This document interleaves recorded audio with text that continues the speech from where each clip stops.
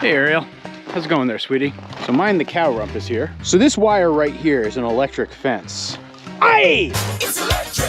Woogie, woogie, woogie. Only this electric fence doesn't work because I have a little problem right now. See, I set up this electric fence to keep my cattle in their winter yard and keep them from escaping. And the problem I'm dealing with is I didn't do it right. You see, for an electric fence to work, you need a hot line and a ground line. And in normal weather, you usually have that grounding line running into the ground, hence the name. But unfortunately, when you have this much snow on the ground and it's this cold, the grounding lines that I have set up just don't work properly. And so the problem that you can start to have is, just like what went down the other day, where Ariel the Little Mermaid, she escaped and she broke loose through this fence and she was wandering around the farm. And so what I really need to do is create a new setup here where my electric fence are gonna contain these big shaggy cows. And that's no easy feat because these shaggy cows, they're well insulated against electricity. And so I need to have something that is really effective if I'm gonna keep these cattle from escaping. What do you think, Ginny? Do you have any ideas for me?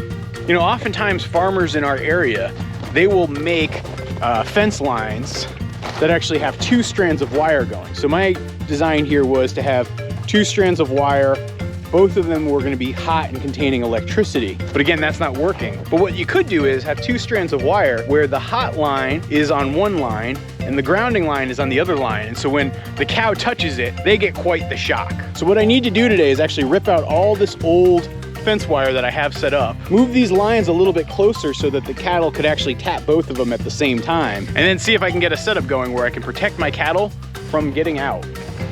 You gonna help me along with this plan here, Ginny? Oh, thank you, sweetie. I mean, like, would you look at that? She's bumping up against that fence and she could easily rub against it and not even feel a thing and just escape. That would be a recipe for disaster. Now, step 1 is gonna be, I have to remove the wire, the old wire. I'm gonna have to try to move these fence insulators as well because it's gonna need to be close together. So yeah, my plan will be to have 1 strand up here and 1 strand down here. The top one will be the hot line, the bottom one will be the ground line. Ginny, please don't play with the wire, sweetie. If you look at this ice, it's like a work of art. Wow. You see, what happens is the snow will melt off the roof of the barn and then it drips down. And as it drips down, it lands on this old shrub. I'm not exactly even sure what this is. It looks like it could be blackberry even. And it just coats the entire shrub with the ice. All right, let's pull this off. How about that, huh? And as I'm wrapping this up, it's important to pull it out so that the cattle don't eat it or try to eat it, because they could kill themselves if they ate this. Like, this wire would rip their insides into shreds. Take this to the transfer station later.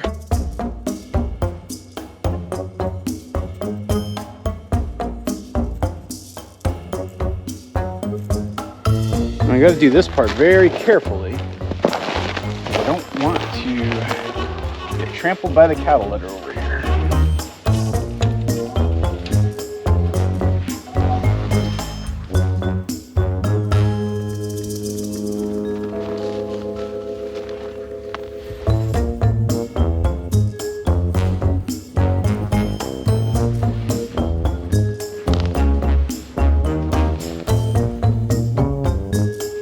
The other day, I fed the cattle our Christmas tree, and there's absolutely nothing left of it. Cows really do like fir trees, particularly my shaggy cows.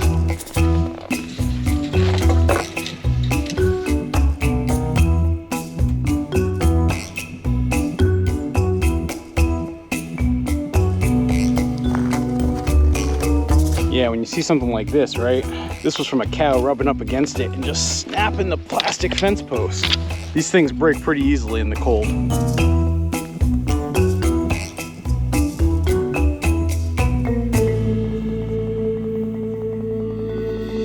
Having fun down there, Ginny?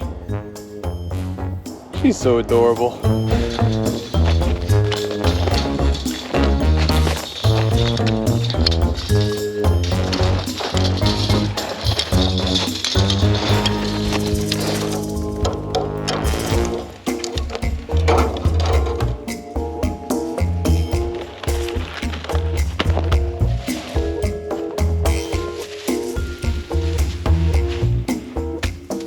right, now that I have all the old wire removed, it's time to put on the connectors and ensure they're close enough so that the cows can hit them at the same time. Now there's a little bit of an art to this because you want them close, but you don't want them too close so that they start to touch.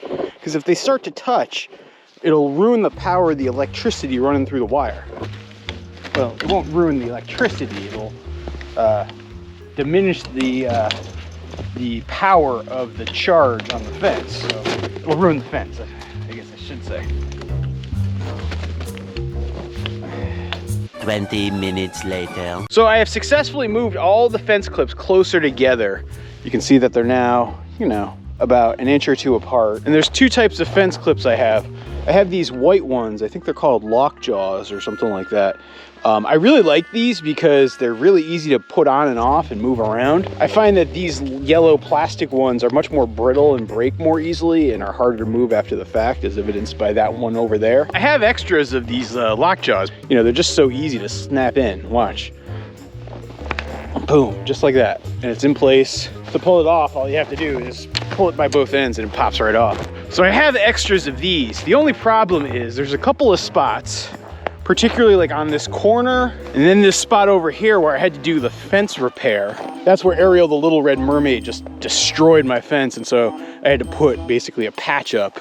This area right here, I'd actually like those yellow clips because they can keep the wire a little bit off the fence, because this stuff is such a mess.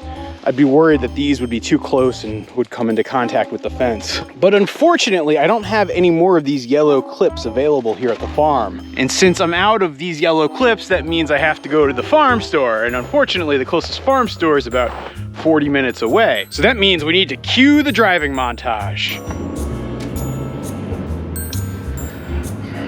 So I first went to my local farm store that's not a large chain, looking for the right T-post insulator. See, I'm looking for the T-post insulators that are for the reverse side of the fence, not the normal side. Because that just so happens to be how I put the T-posts in, because I wanted to have actually a stronger bracing against the cattle pushing against the fence. And so I wanted the fence on the inside of the post versus the outside of the posts. I don't know, I guess you could argue the merits of me doing it that way or the other way. But regardless, my local store didn't have it. And so then I went to the big box farm store and they didn't have it either. And so I had to settle for what's now gonna be a somewhat imperfect solution, but I might try to jury rig these so that they do clip on appropriately to the fence. So let's head back to the farm and see what we can do.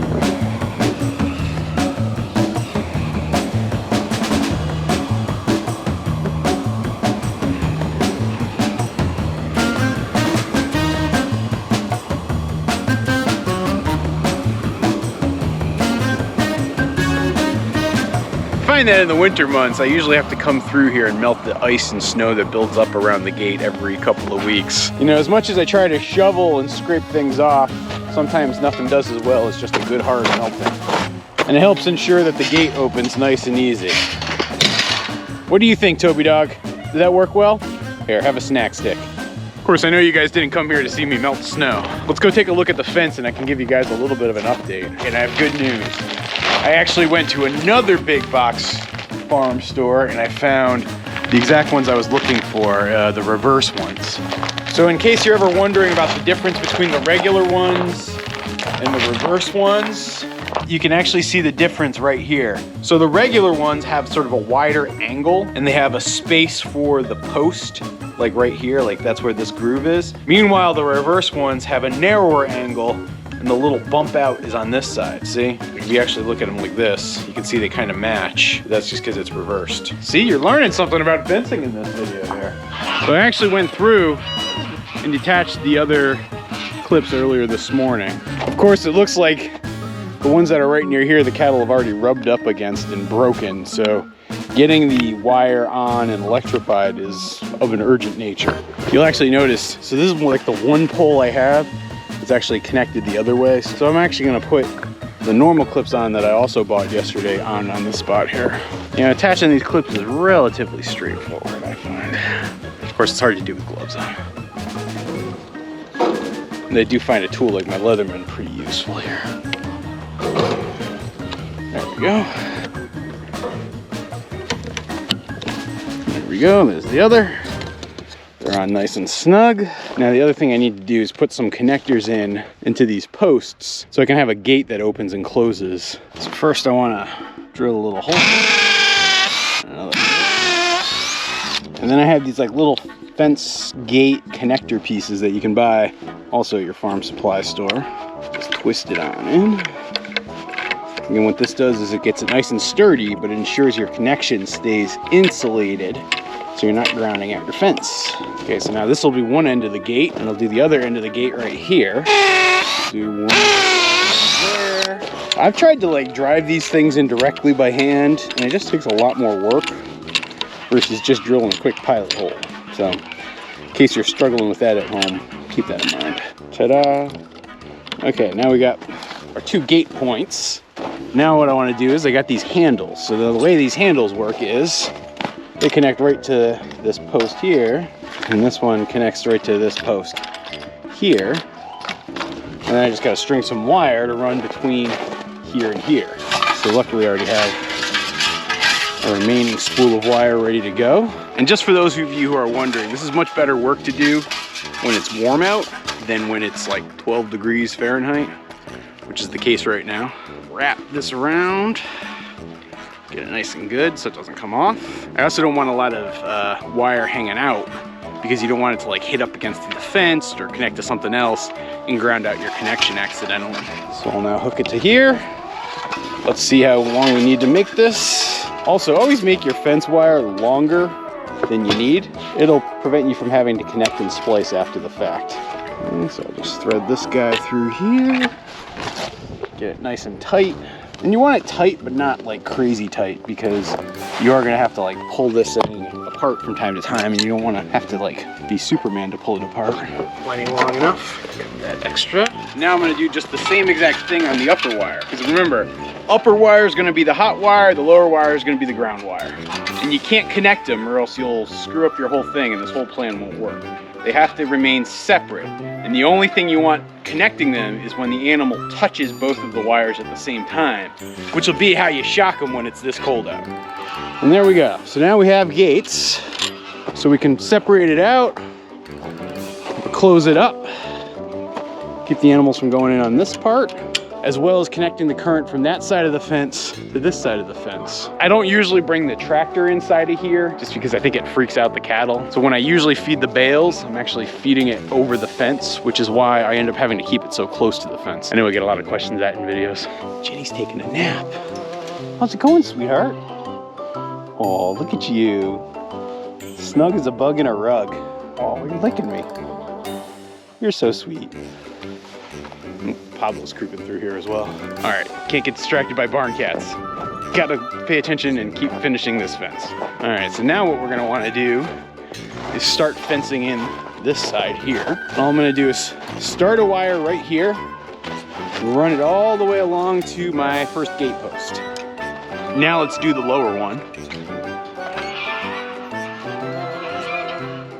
Again, this isn't high tensile wire that I'm doing, so I do want like a little give and play. Like I want them to be able to hit both of them. I don't want it to be so tight that as soon as they bump up against it, it snaps. But I also don't want it to be too loose. So it's just getting the right amount of tension. So you may need to tighten them up just a scotch. That's better. Tighten up this bottom one just a tad. But that feels about right. And now we got to do the same exact thing along the long side of it.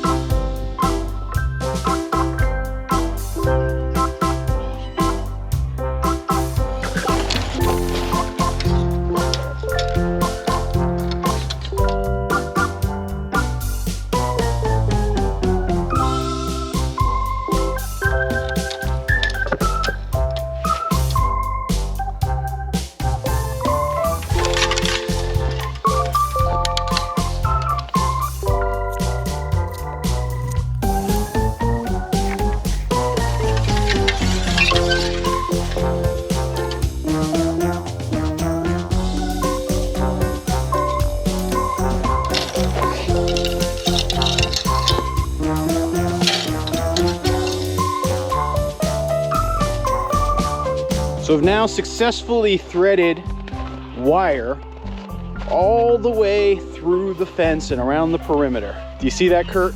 Are you gonna respect that, Kurt? No, he's not gonna respect it. He won't respect it until I get electricity to it. So let's do that step now. Now I've had this old fence charger kicking around for some time. It's got a decent charge to it, and so I think this should work pretty well for the cattle. Should be able to hook it just right here, just like that. Plug it right in up here.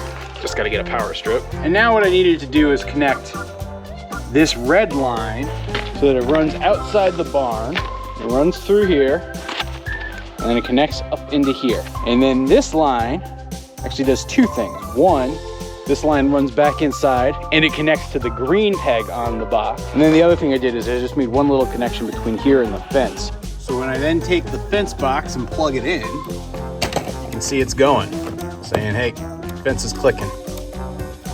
That's a good sign. And according to my fence charger, yep, it's working. So there you have it. I have successfully created a setup that should keep these guys contained for the remainder of the winter. I'm not 100% on this one, but we'll see how they do. I just got to make it to springtime, then I'll build a better setup for them for next year. I just had a cat run up my back. What do you think about this, Ginny? Do you think the cattle deserve a treat? That's right. So my neighbors, they gave me their Christmas trees, and I am feeding them to the cattle. Because what I have discovered is these Scottish Highland cattle absolutely love the greens. Oh, look at you, Anna Green Gables. You're getting the first treat, huh? Enjoy. Everybody else is catching word of the Christmas trees and they're on their way down. You get all that you can, Ann. You're gonna enjoy this one.